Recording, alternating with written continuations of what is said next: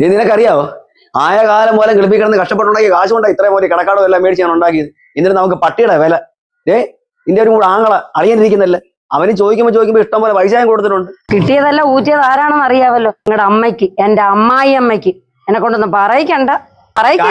എന്റെ അമ്മയെ മാത്രം പറയരുത് കേട്ടാ. അമ്മയെ പറയുമ്പോ നിങ്ങക്ക് നോവൂ അല്ലേ? നീ എന്തിനാ എന്റെ അളിയ നിന്റെ വെള്ളം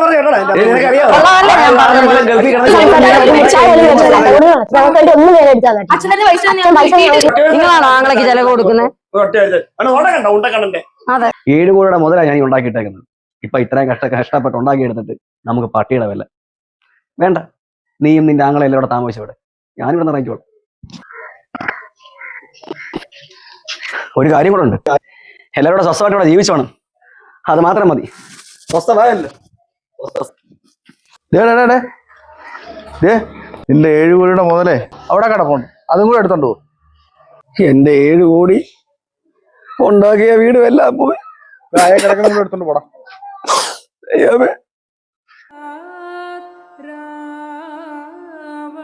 മനുഷ്യന്റെ ഒരു അവസ്ഥയെ സൗദി പോയി മറ്റുള്ള രാജ്യങ്ങളിലും പോയി കഷ്ടപ്പെട്ട് 7 കോടിയുടെ ആസ്തി അവൻ ഉണ്ടാക്കിയിട്ടത്. പിന്നെ എന്നിട്ട് ആളെ നമുക്കൊക്കെ പറ്റും 7 കോടി ചിന്തിക്കാൻ പറ്റും. വീടും അവന്റെ അളിയന്റെ കല്യാണത്തിന് പെങ്ങളുടെ കല്യാണത്തിന് എല്ലാം അവനായിരുന്നു. എന്നിട്ട് അവനെ പട്ടിയെ പോലെ അവർ കാണുന്നത് കണ്ട അവസ്ഥ ഉണ്ടോ?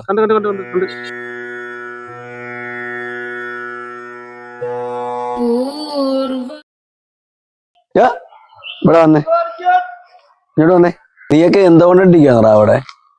അല്ല, ഞങ്ങളെ അവസ്ഥ അവസ്ഥ ഇന്ന് ഞാൻ, നാളെ നിങ്ങൾ.